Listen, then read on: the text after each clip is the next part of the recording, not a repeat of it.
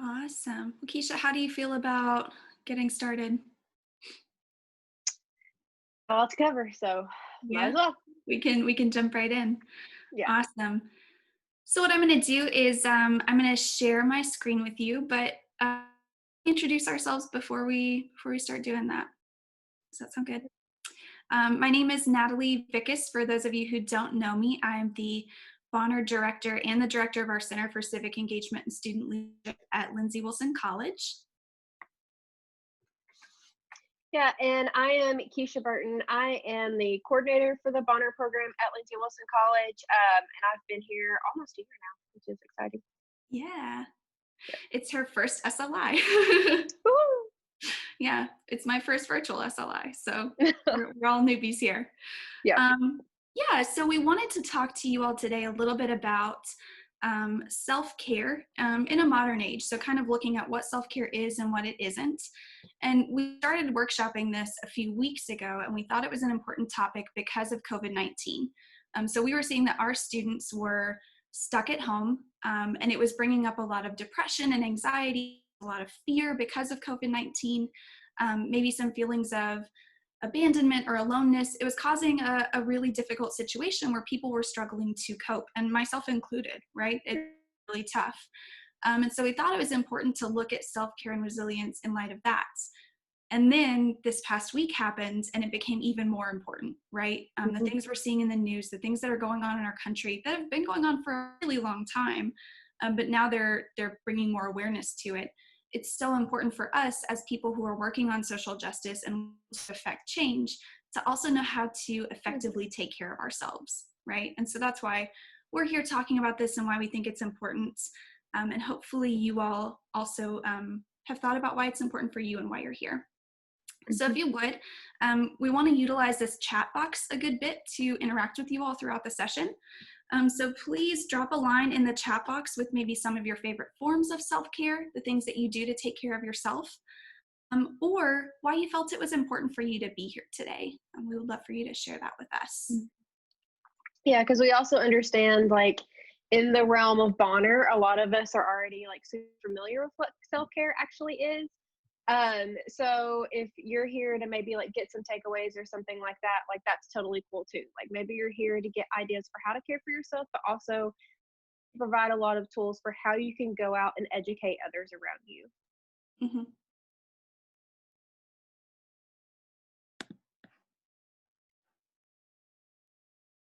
Hi, Alexis.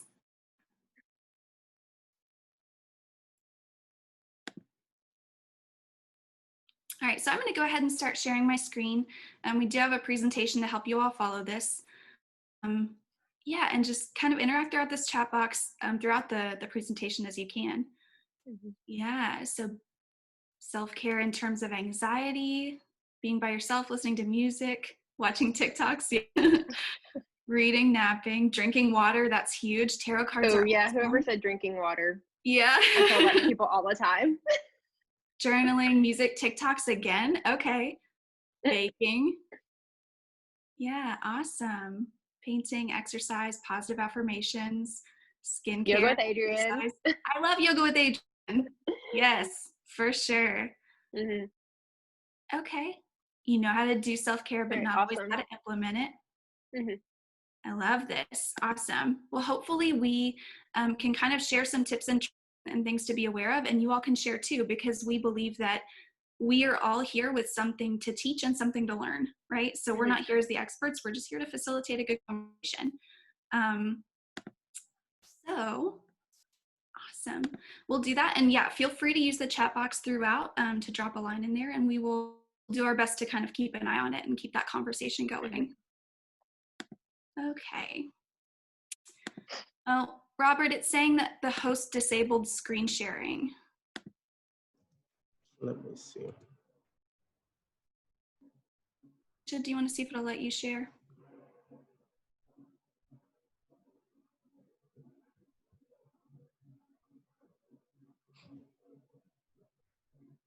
I think it's gonna let me. Awesome. Perfect.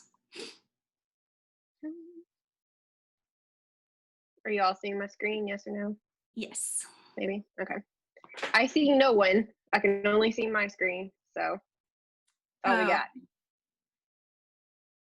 Yep. Unless you want to try again. no, that's okay. I'll keep an eye on the chat box because I can still see it on mine. Okay. Sounds good. Alrighty. Awesome. Now, naturally, if you are familiar with Parks and Rec, you recognize why we named our presentation Treat Yourself. But it's also kind of ironic because that's not exactly what self-care is. Mhm. But we couldn't do a presentation on self-care without including the following. It's a Very important. classic. Very important. You love Parks and Rec, us too. Awesome. All I'm right, so we gonna do have some objectives here that Keisha is going to go through. hold on. I'm gonna see again. Yeah, that's gonna stop broadcasting. Presenter window. Yeah, I got that. I don't want presenter window. All right, let's try this again. I was trying to see if I could get it to where I could see people, but no, Oh, that's all right. Okay. Yeah, so we wanted to be really clear with everything that we're doing for you all so you can know what to expect in our session. So we've set out these 3 specific objectives. By the end of our workshop, you should be able to clearly define what self-care is. You can see we're going to look at distinguishing between self-care and self-soothing, and then also how it's misrepresented in the media. Next, you should be able to identify the impacts of self-care, so why it's important. And the 2 main things we're looking at there is like our holistic wellness. So like you as a person, as a functioning system, and then how that relates to our community and our community's wellness. And then lastly, we're going to implement some tools. So you should be able to utilize specific tools understanding and facilitating the impact of self-care. And if this structure seems at all familiar, we're following the what, so what, and now what format of presenting information. So hopefully it's going to make everything really clear as we go. yeah. And so this is a principle that Keisha and I actually came across in a conference that we attended this spring. And I find it really helpful for organizing my notes when I'm learning something at a conference, because a mentor of mine used to describe it as like taking a drink out of a fire hydrant. You've got so much information coming at you. And so this is a good way to label your notes and say, this is something I want to come back to as something to apply, change, or teach. And you can put an A or a C or a T next to something in your notes, and you'll know what that means. So apply, what is something you want to apply to your daily life? Change, is there something from the session that you recognize as an area you want to your life? And then teach, what is something you can take away from this session to teach others? Because it's not worth us learning something if we're learning it in a bubble and not sharing it with others, right? Mm-hmm. So hopefully that'll help you kind of organize your thoughts as we go through this.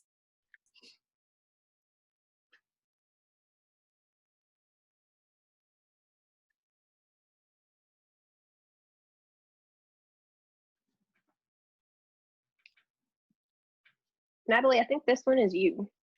I thought it was Yes, you, but that's fine. I can do it. It don't matter. So we want to start by defining what self-care is not, right? The best way to determine what something is by identifying what it's not. So if you had a big list of things, we're crossing off what self-care isn't so you can see what's left.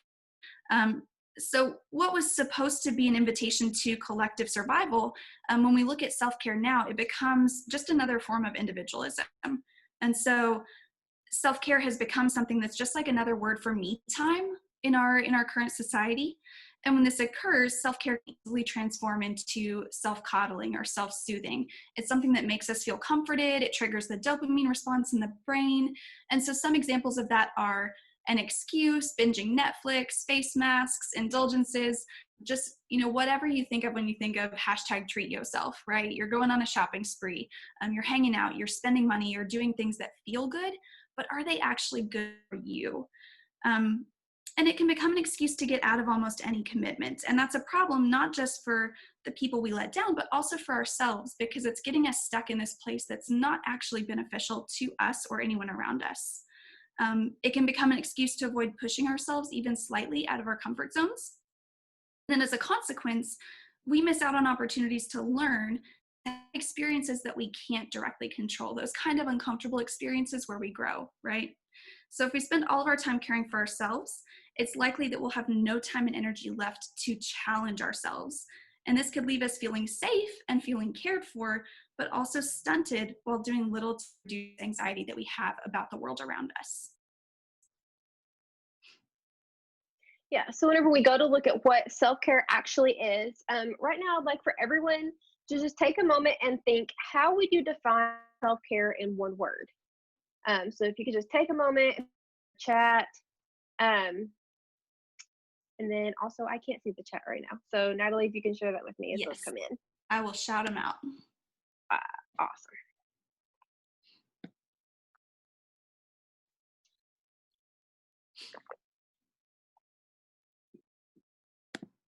Revitalization, Ooh, right? I like that. Self-reflection, recovery,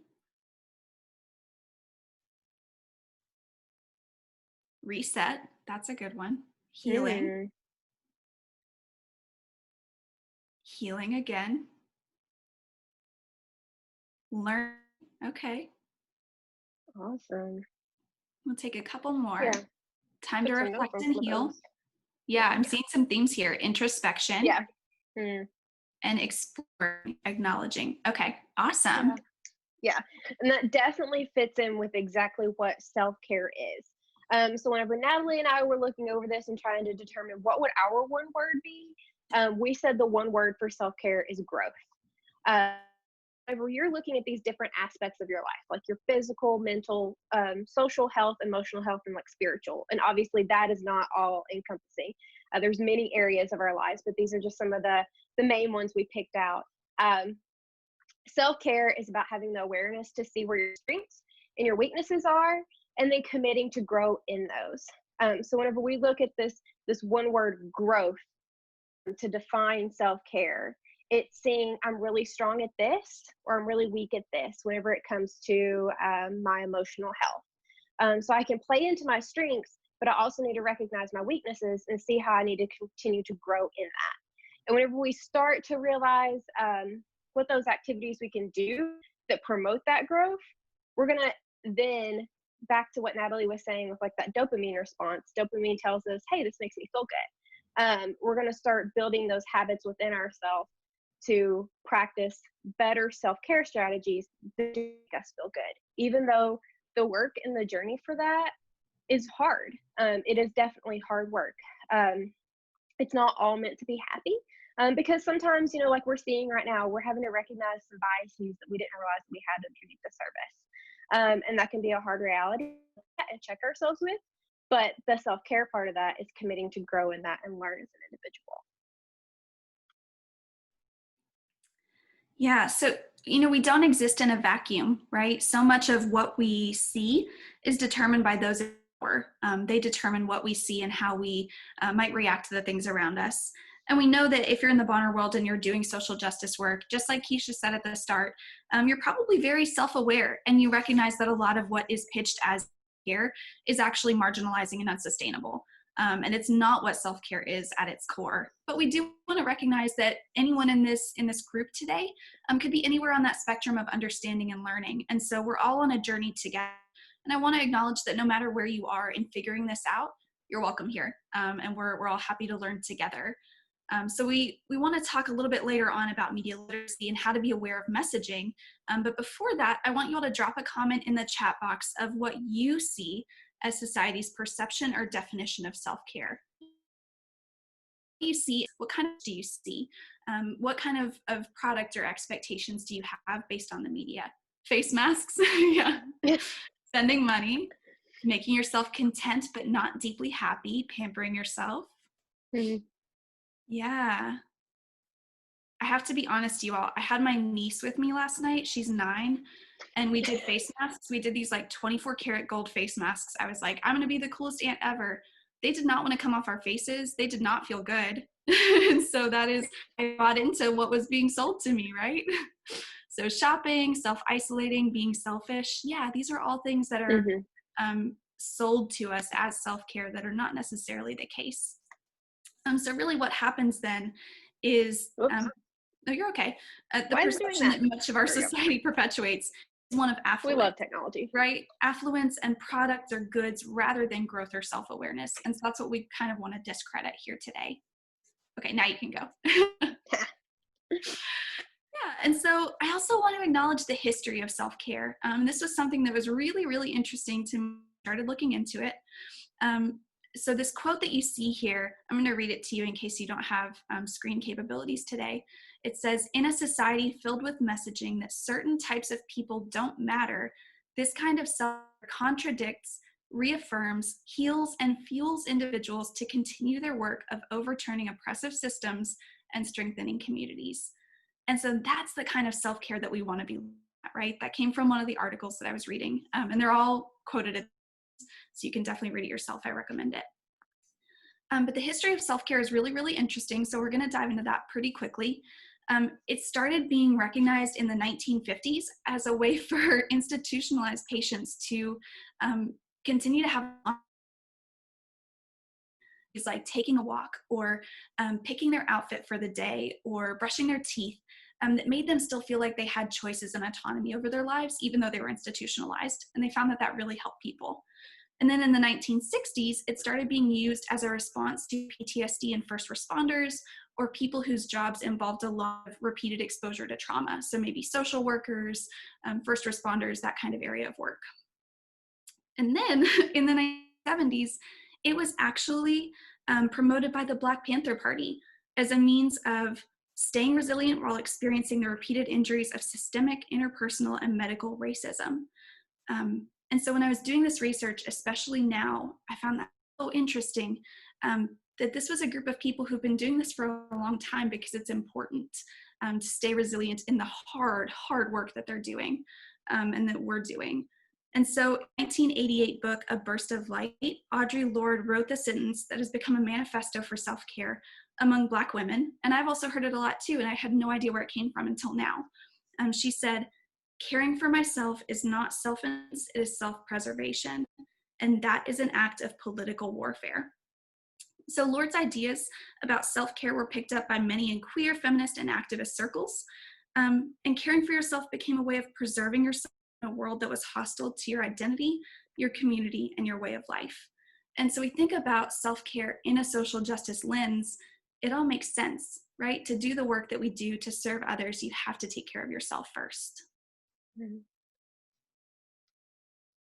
So what? We're taking all this information that we know about what self-care is, what it isn't, society's perception and the history behind it. So what does that actually mean to then practice self-care?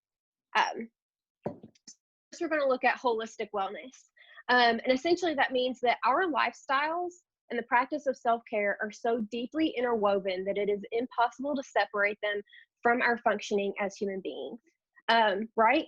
So, on the most basic level, we as humans are intrinsically programmed to follow a 24-hour cycle of functioning known as their circadian rhythm. And I'm sure most of us have probably heard of that. Every 24 hours, you go through like a sleep period, you go through hunger periods, and all of this is related to your body's natural system of functioning.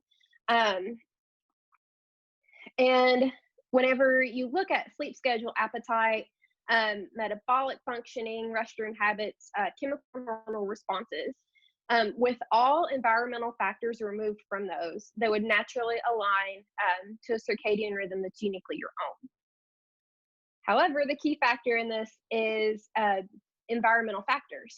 So, lifestyle is the major determinant of health and relates to people's psychosomatic factors, feeding, fasting, work activity, rest, and sleep wake routines. So, therefore, in a society, specifically like America, where success and achievement is seen as ideal, we often see people who are overworked, they're suffering from lack of sleep, they're not fueling their body nutritionally or effectively. So they're under eating or they have irregular eating patterns. We're constantly traveling, constantly on the move. And all of this contributes to irregularities in our human systems, in our basic bodily functions. When you also compound in technology with that, it disrupts all of our daily routines. Right? So right now is 11:22 where I am. It's just about lunchtime, but through the grace of technology, we have virtual SLI right now. But for many people, this is also so technology is interrupting lunch times right now. Um, and that's not to diss on SLI or the timing of this event. It's just a very prime, like realistic example to have right now. So the growth of technology has provided a platform for lifestyle modifications. Its excess usage perturbs circadian health, leading to conditions like mental depression, cancers, cardiovascular disease, diabetes, and many other diseases. The optimal times for working, eating, or sleeping are frequently altered for multiple reasons, right? So with technology, you can easily think of social media. And whenever I personally scroll my social media, I'm often fed maybe a picture like a perfect body type looks like. And because I've allowed technology to fall into my pattern of my day, you can see how that begins to cycle, and a person could easily develop anxiety or depression that then plays into poor eating habits and inappropriately like fueling your body. Um, so then on top of all of this, it's completely subjective and society specific, right? Like I mentioned, like in the US, we're very success and achievement driven. So when the media is constantly bombarding us with ideas for self-care that looks more like shopping spa days or even purchasing the latest self-help book. Again, self-help books can be good, but it's always about like you buying something, you spending your money in order to um, achieve happiness, in order to care for yourself, spend money. So with all of this going on, you add in these societal and environmental factors, and a person can easily begin to develop negative self-talk that says, I can't blank, so how will I ever get to blank? How will I ever get happier? How will I ever be not depressed? If I can't purchase this product, if I can't do this thing, I'm never going to get to the end point. All of this also becomes compounded with marginalized populations who are often of lower SES and have more barriers to access resources. For people of color who have been systemically oppressed and are unable to obtain housing in a safe neighborhood or easy access to transportation, full-time employment with benefits, how could one ever feel like that they're going to meet these false standards of self-care? So therefore, with all this understanding, we begin to see how if we adopt specific routines into our daily lives, then our bodies will naturally begin to fall back into sync. With tools to reduce stress, mindfully fuel our bodies, and prioritize overall well-being, we are able to grow in a holistic manner. And our responsibility to take care of our own wellness is an important piece to being able to contribute to the collective wellness of our circles of influence, our communities, and our systems at large. Right? So I think one of the phrases that comes to mind is in an airplane. You always put your air mask on first before you can take care of somebody else. You need to do your internal work in order to contribute to the work that's happening within the society, within your circles of influence around you. Yes. Awesome. I want to take a second to pause there. That was really good and a ton of information. Does anybody Yeah, have a lot. any questions they want to shoot out now? Anything they want to process through in the chat or share that they thought was impactful before we keep moving?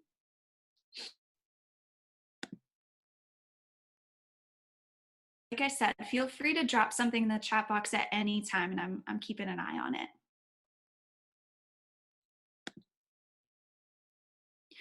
So the second part of so what is community wellness. And so I think it's really helpful for me to think about, because we're at a Bonner conference, the student development model, right? You don't stay in the same place from freshman to senior year. And so in the same way with self-care, you shouldn't stay with just self-care. You should care for others too.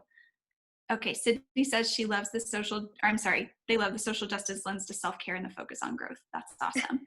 Awesome. Yeah. Oh, could we have a brief discussion on what toxic positivity is? Yeah, I'm going to go over that. Awesome.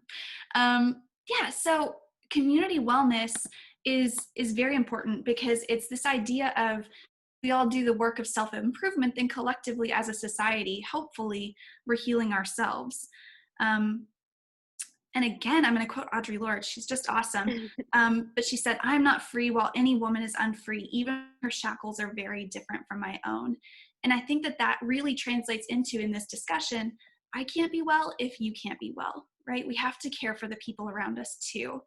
Um, and so if you don't, or if those around you, I'm sorry, don't have access to wellness for any reason, especially because of systemic issues, then it's up to us to address those blocks. And so toxic positivity refers to the concept that focusing on so-called positive emotions and rejecting anything that may trigger negative emotions is the right way to live. It's often used to describe this kind of response, which is kind of an unintentional gaslighting, if you will, which, whether the individual realizes it or not, ends up stopping someone short of expressing how they truly feel. So some examples of this you might be familiar with would be, it could be so much worse, right? You're telling someone about your bad day, say like, but it could be worse, right? Or you go through a terrible breakup and your friend says like, don't worry, you'll find someone better. Well, is that true? Yes, but do you need to have time to process through the hurt and the emotion and the anger first? Absolutely. Because if you don't process through the bad things and the hard things, then you're never going to grow.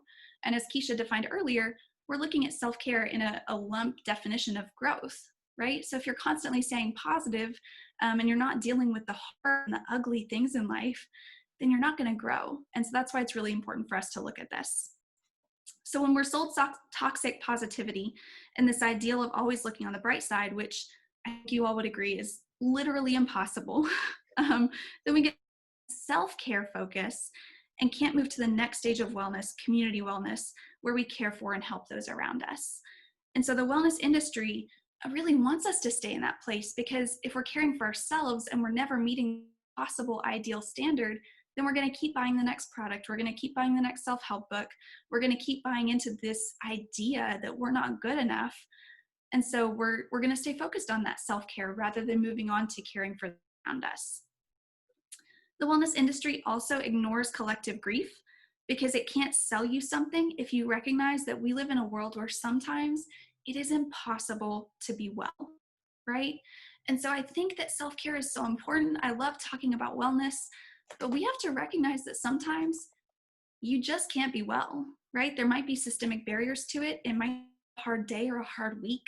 And you have to sit in that, right? You have to process through. My students get tired of me saying like, there are no bad emotions. So if you're angry, be angry. If you're hurt, be hurt, because you have to process through those things to get better in life and to grow. But the wellness industry, that they can't sell you something if you're in that place. And so it's really damaging because it can bypass reality if we ignore that grief and if we ignore that trauma and if we ignore that bad stuff in order to stay in a place of self-care. And misrepresentation in the media also disempowers us from feeling like we have the agency to choose how best we can care for ourselves. And so an example I use for this, which is maybe not the best example, but it's all I can think of. I grew up with my mom always fixing the same meal when I was having a bad day. So if I was having a bad day or if I didn't feel good, she would fix this certain meal and it always made me feel better, right? And so now as an adult, I still want that meal when I don't feel good, right? Because that's what I grew up on.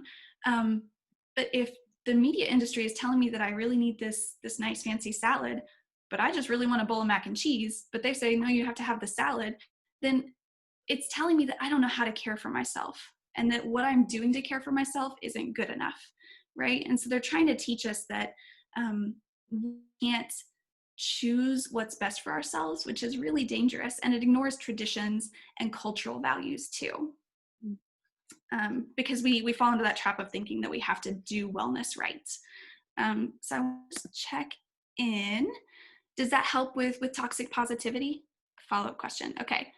Is there a distinct difference between looking at the bright side of things and optimism in terms of toxic positivity? Are you asking like, is toxic positivity different from just being optimistic? Yes. Okay. I think so. Yeah, I think so, because being optimistic is, trying to find the good things in life. Toxic positivity is repressing anything bad to only have a false sense of good. And so I think even when I'm having a bad day, I can be optimistic that things are going to be better, but I still have to process through what's bad in that day. And toxic positivity is saying, no, you have time to process through the bad. You have to move on to the good. Does Mhm. that help? Keisha, do you want to touch in on that? Yeah, I would say maybe the extra thing to add into like the idea of optimism against toxic positivity is most often like optimism is through a gratitude lens. What is something good that is going on right now? What is something I can be thankful for? Uh, so I think I think there's a healthy balance between saying I might need to focus on what good I do have going on, so that is kind of like a point so that I can then start processing my sad, my anger, my hurt. I know, like personally for me, that's kind of how it feels. Just because, in general, I'm a pretty like optimistic person. I think those that know me in real life know that for sure. Um, and so it can be really hard to want to address feelings of anger or hurt because they're not feelings that I enjoy. Most people don't enjoy them.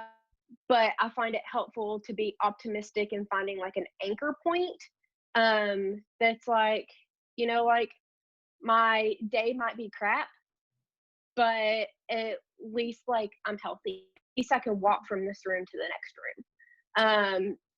Like I, a personal example, I've hurt my knee here recently. And so it's taken me several weeks to recover from like the pain that I've been having in it. And I've been really frustrated that I couldn't work out and work on my wellness. But what that's meant is I've been able to energy somewhere else. And so while I work on this frustration, I also have anchor points in other areas. I don't know if that helps. Yeah. Yeah, I just think it's important for us to recognize that the hard emotions always have a reason behind them. If we didn't feel pain when we touched a hot stove, then we would keep touching a hot stove. Your body is Yeah. telling you stop touching that stove. And so when you're feeling that anger and hurt and frustration, those bad quote unquote emotions, it's important to assess why they're there. And we're staying in this toxic positivity and always being happy, then we're not addressing the underlying issues, and that's why that's important, I think. But yeah, Keisha, Hmm. that was really helpful. Yeah. Awesome. So now what, right? So we're gonna really briefly explore some media literacy. Recognize that these can be applied to the media on any topic, which is super helpful in this day and age where we're constantly consuming media, and it's hard to know how it's affecting us in some ways. But I do want to ask you to continue viewing this through the lens of self-care in the wellness industry, just for the purpose of this workshop. So I pulled these from the Center for Media Literacy, and they listed 5 concepts to understand when studying media literacy. And so the first is that all media messages are constructed. So media texts are built just as surely as buildings and highways are built. And the key behind this concept is figuring out who constructed the message, out of what materials, and to what effect, right? So what are they using to build the messaging that they're sending you? Who is sending it? And why are they sending it that way? What is the purpose? Number 2, media messages are constructed using a creative language with its own rules. So each form of communication has its own creative language. So for example, scary music heightens fear, right? Camera close-ups convey intimacy. Big headlines signal significance or importance. And so understanding the grammar, syntax, metaphor of media language helps us to be less susceptible to manipulation. So you might see words like essential, or something like that with a product, right? And so how are they telling you that you have to purchase that product? Number 3, different people experience the same media message differently. So audiences play a role in interpreting media messages. Each audience member brings to the message a unique set of life experiences or a lens to view it through. And so differences in age, gender, education, and cultural upbringing will generate unique interpretations. And that's also going to affect the accessibility of each message for each individual audience. Okay, so it's important to remember, who are they trying to message with this? Who are they saying can reach this goal, and who are they saying can't? Number 4, media have embedded values and points of view. So because they're constructed, media messages carry a subtext of who and what is important, at least to the people creating the message. So again, who are they trying to reach with it, right? So the choice of a model's age, gender, or race, the selection of a setting, and the actions within are just some way that values become embedded in an advertisement. So you can see what that person or what that company thinks is important and valuable based on how they're presenting that message. And then finally, most media messages are organized to gain profit and or power, right? So much of the world's media were developed as money-making enterprises. The wellness industry, is an industry. And much of it is constructed with a first focus on making money and a secondary, if at all, focus on. And so that's important to keep in mind. And so by considering the core concepts behind every media message that you consume, you equip yourself with an ability to analyze and interpret messages and to accept or reject if they're legitimate or not. And so Keisha and I had an idea when we were building this workshop that we were gonna screenshot ads for self-care products or ideas, and show you what the media was looking like. Unfortunately, or fortunately, depending on how you view it, we've both curated our social media so well that neither of us were getting the ads that were like negative representation. Yeah, I think I got like 2. Yeah. So it's important to know that if you're frustrated by the things that are popping up on your media, you do have control over what kind of ads and messaging you get, depending on who you follow and what you track on your social media. So that's kind of a helpful reminder, right? You have control. Right. So media literacy being the first tool that we're giving you, prime example, like Natalie said, like you can go through and you can do your social media. Those algorithms will start seeing like, this is the stuff you follow, this is the stuff that you don't, and you won't start getting those mixed messages anymore. But another really tangible resource that I wanted to pass along is this TED Talk called Self-Care, What It Really Is by Susanna. And I actually showed this during our spring orientation with our Bonners, because I focused that whole thing on wellness and the wellness of our Bonner community. But I feel like Susanna sums up some really practical tools for self-care that are completely free and completely like not monetary based.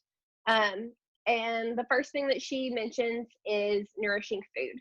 So fuel your body in a mindful way. Going back to Natalie's example earlier, media could tell you you're only fueling your body well if you're eating the salad, but your emotions need the mac and cheese right now. So be mindful in what you need to eat in that moment, right? So if we're continuing to fuel our body in a healthy way while also recognizing like no one can be perfect, just taking that into consideration with how we fuel our bodies with food and remembering that it is fuel and not just a coping mechanism. And so following that up is 3 things you can do for 10 minutes a piece to total 30 minutes for a day of self-care. The first being 10 minutes in silence or stillness. And at first, whenever you practice this, it is very hard. It is very uncomfortable because like I'm a jittery person. And also the more I'm on Zoom, I notice like I have to fidget, I have to move around. And so stillness is a very like intentional practice. You have to be very careful with like sitting still for even 3 minutes. So to practice and work your way up to being able to sit in stillness and silence for 10 minutes is going to create more calm within your body. You're able to regulate some of those psychosomatic body functions are going to be able to regulate much easier. And all that's going to correlate back into like anxiety and depression and things like hypertension. All of that is so very deeply interwoven, as we've kind of said throughout all of this. And then 10 minutes of movement, 10 minutes of exercise, whatever that looks like for you. If it's a meditative walk, if it is just walking your dog, playing with your kids, if it is dancing around your room to whoever your favorite artist is. Again, all of this can be very subjective, which makes it very tangible for people to begin to incorporate into their lives. And then the last 10 minutes is time in nature. And I know sometimes it can be hard time in nature every single day, especially like today when it just decided to be a random downpour of rain. I don't personally enjoy being outside in the rain. But I do know in the days where I'm outside for a good bit of time, I overall feel better. Um, and you can even like compound on some of these, like go sit outside in the stillness on a porch or in front of a cafe or wherever. Go sit outside for your 10 minutes, or uh, your 10 minutes in nature of movement is outside. So you can see how these three things are fairly accessible for most everyone, and they are things that you can include with hardly like with really no like monetary basis behind it. You don't have to buy a gym membership. You don't have to buy a mindfulness program to listen to. And so then additionally with this, these are actually some graphics that I had made a couple of months ago, because like self-care is just genuinely something I'm passionate about. And so this was something that I had kind of cultivated and shared out on my social media, but it became really relevant to right now in kind of summing up our entire workshop. And so on the Bonner Learning community, you will have access to these. And you'll be able to take them and share them out and use them how you need, if you need them as references or if you're trying to educate some people around you. It's a really concise way to define self-care versus self-soothing, like we've already talked about. And then it shows self-care with areas of growth and a mix of different things that are both monetary or just free to do to work on growth within different facets of your life. So you'll see that like for physical is exercise and time in nature, too, that I'd already previously mentioned. But, you know, practicing good hygiene, getting an appropriate amount of sleep, and mindful eating. For your social life, it's boundary setting. It's quite often very hard to set boundaries, especially within a family setting, but to know like, yes, I love you, I want to be near you, but all I have is an hour to give to you right now. And you're allowed to set those boundaries. And that's something you can do for absolutely free.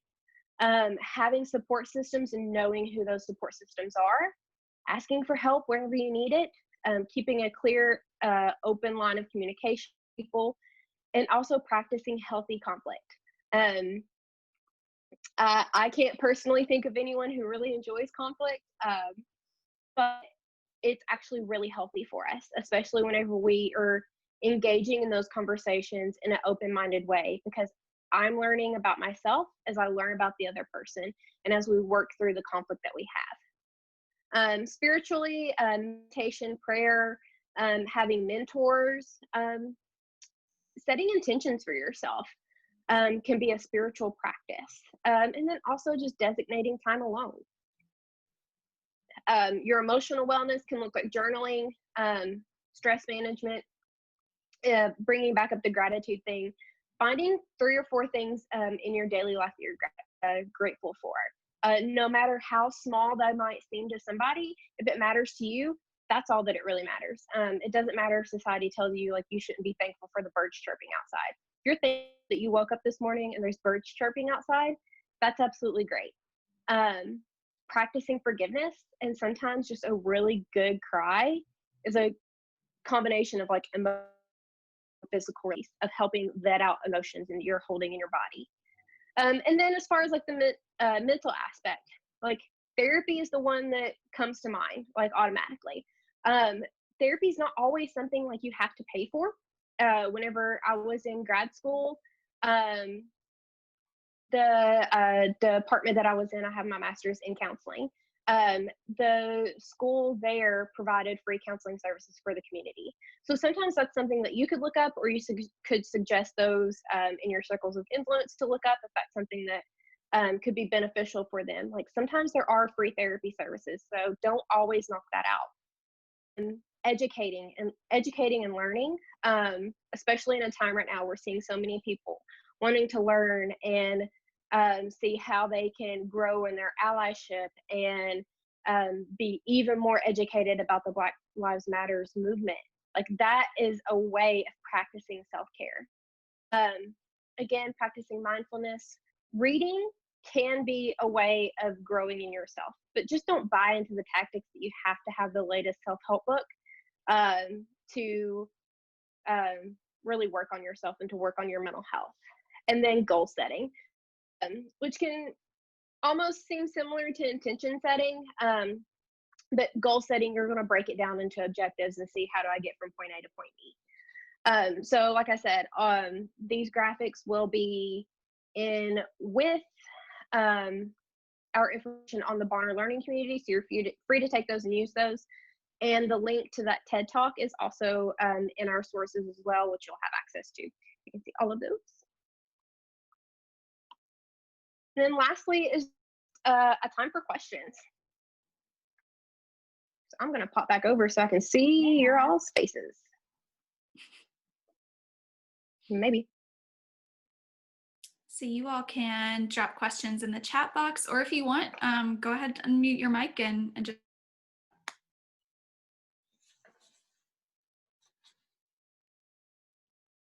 Here we are.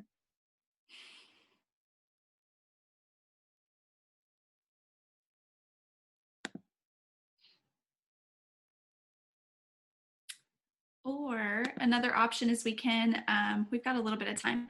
We could pop out to some break rooms if you all want to, and have kind of a small group discussion and then come back together and share. So that's another option. Okay. Do you have any suggestions for encouraging others to engage in more self-care? It feels weird sometimes, especially if they're a supervisor. That's a great question. Yeah. Yeah. I think a good way to approach something like that is always doing it through a compassionate lens. So you could always approach someone through the way of saying, hey, I want to make sure that like we all take care of ourselves. You know, I'm a better employee because I take care of myself, and Natalie's a better boss whenever she takes care of her. So approaching that conversation of like how we're able to be better employees, bosses, students, coworkers, supervisors, because we're doing the work of self-care. And saying, hey, I've noticed like you seemed a little bit stressed. Like what are things you're doing to take care of yourself? And just opening that conversation up. Mm-hmm. I think also I see a lot of progress in people around me when I talk about things that I'm doing that I'm excited about. So even just being open and sharing, hey, I've been taking care of myself better. I've been on this journey. Here's awesome. Have you ever tried them? And kind of just being excited about what you're doing can bring others on board too. Yeah. Sydney, you've got a question?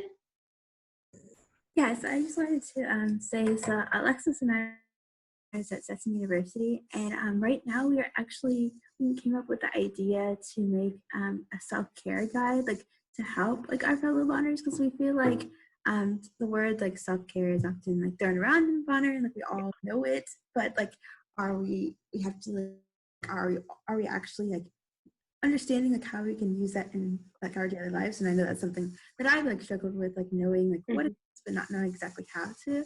And so I wanted to ask you if there were any like specific ways that you support the Bonners in your program, like in their self-care journeys. Yeah. That's a really good question. Yeah. One thing we started this year, this previous school year, was a new format for our one-on-ones with our students. And specifically, we had sections in there that ask, who do you think you are? So like on a day where you're doing really well, how would you describe yourself, or how would others describe you? The next question were, what are practices of self-care that you actively employ right now? And then the last question we asked with that was, how are you staying for your service? How are you staying energized within the Bonner realm and within the work that you're doing? And so those helped get some students starting to think about, hey, like I don't have it down for self-care. Or if they put things down that were like binging Netflix, it opened up a conversation to say, hey, it's really great. Glad that you take time to do that and something that you enjoy. But make sure you're looking at things that are promoting growth in yourself, that aren't just those soothing actions. So that's the first thing that came to me. And that really started to open up these conversations. So we did those in the fall. And then I know whenever we came back around and did them in the spring, I had several students that said, oh yeah, I said I wanted to do this and I did end up doing this, or I said I wanted to do that and I didn't do it. So I got it more. So it started to open those conversations up a lot more. Mm-hmm. Yeah. And I think I'm going to sound like a broken record, but I really do think that Keisha and I both have very strong values in wellness and self-care. And so we model that for our students, right? Mm-hmm. I see Keisha and I give her props because she will set boundaries. I'll be like, hey, Keisha, will you do this thing? And she's like, actually, I'm feeling overwhelmed, so I'm not going to. And of course, she does it more professionally than that, but I recognize that and I appreciate she knows them and she sets boundaries. And I do the same thing. And my students see who we are as real people. And so they see when I need to take a break and step back. They see how I nourish my body. They see how I educate myself. And so I think that that can be really helpful too if you encourage the people on your student staff, your director, your coordinator, to also engage in those practices and be really genuine about their practice. That can be really helpful too, because then it opens up a conversation. Mm-hmm. Yeah, that's one of students that's here that we're really intentional asking questions and talking to students about positive and negative things that are going on. It's a really talk, and they said that for them personally, it's really eye-opening. Yeah, so, absolutely. Thank you for acknowledging that for us. Any other questions? I think we've got just a few more minutes. Or does anybody want to share maybe their A, C, or T that they're taking a session? Apply, change, or teach. Ooh, how do we personally do so? Well, that's a whole other session. We could go on for another hour, right? Yeah. I like to get outside. I spend a lot of time in nature, especially with my dog. I have a shepherd, and a big proponent in movement. And so when I don't feel good, I know that I have to move. And so whether that's yoga or exercise or walking my dog, I also really focus on nutrition. And I think that that's important. So I know when I feel a certain way that I need to nourish. And so those are kind of just the physical aspects. I also engage in a lot of mindfulness and meditation, which I find really helpful. Mm-hmm. Something personally that's been like a big tool of growth for me is the Enneagram. I am a broken record to everyone around me about how much I love the Enneagram, but it really has helped me learn who I'm at my best and how I address emotions within myself. And that has in turn helped me learn more self-care practices that are more unique to me. So I can have a really hard time defining what emotion that I feel personally, but I can know whenever I listen to a specific and that I align with the lyrics in that, it's like, oh, okay, that's what I'm feeling right now. And I can start to process those things and journal them out. So music is something that is actually like really helpful for me in like processing out emotions. And kind of like Natalie said before, like boundary setting, I can very much be a yes person. I want to do everything that I possibly can to people, but I've had to learn that is a strength yet a weakness of mine. And so I've had to learn to practice boundary setting and realizing like, hey, I'm starting to get too stressed. I need to draw a line and say, I can't do this for you right now. I could do it at this time. Or would you rather me do this or this? And just setting those boundaries within my life. The most important thing that I've learned so far in terms of wellness is really taking time to sit with yourself and learn your cues, right? So learn where you hold stress in your body. Oh, my shoulders are up at my ears. That means I'm overwhelmed right now, right? And so learning what those cues are and how to pay attention to your feelings. So like Keisha said, when I feel too stressed, I need someone who's going. Do you know, right? Yeah. Do you take time to stop and listen to yourself and see how you're feeling? That's really important. Any other thoughts or questions you guys want to share? Or again, anything that like a takeaway that you have, something like, hey, I want to go into this, I want to change. We're here to learn too, so What are you guys going to teach us?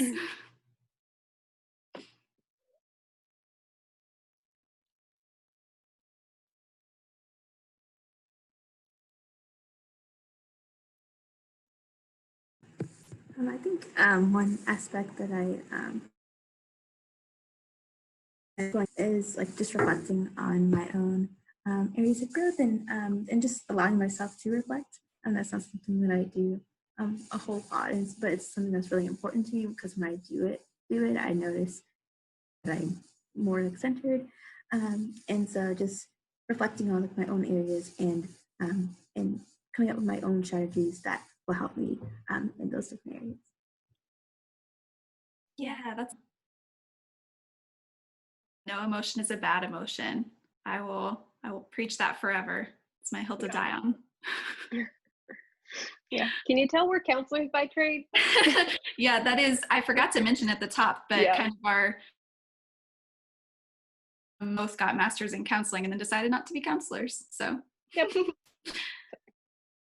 Self-care isn't just something you do when you're feeling down, but something you do to prepare yourself to be able to handle your own feelings in the future. Absolutely. Well done. That's awesome. Yeah, self-care is about resilience, and that's why we're talking about it, right? Taking more time to check in with yourself. Suppressing emotions positive all the time. Yeah, you got to process. So important. So hard, but it's so important. Yeah. Yeah, and then identify any indulgences that may run. Yeah, say, we're not hating on bubble baths and faith. Sometimes that's not what self-care is at its core. Awesome. Well, I think that is our time. I've had so much fun talking with you all and learning from you, and hopefully you get good little nuggets to take from this conversation. Yeah. Thank you all. Thanks for all being here. Again, we'll have all this in the Barner Learning community so you can access links to the resources that we used, as well as like the infographics that I created, and you're free to take and use it all. Yeah. All right. Enjoy the rest of the day. Yeah. Bye, everybody. Have a wonderful rest of your day. Thank you. Thank you. Thank y'all. Thank you. Thanks, Robert. Thank you.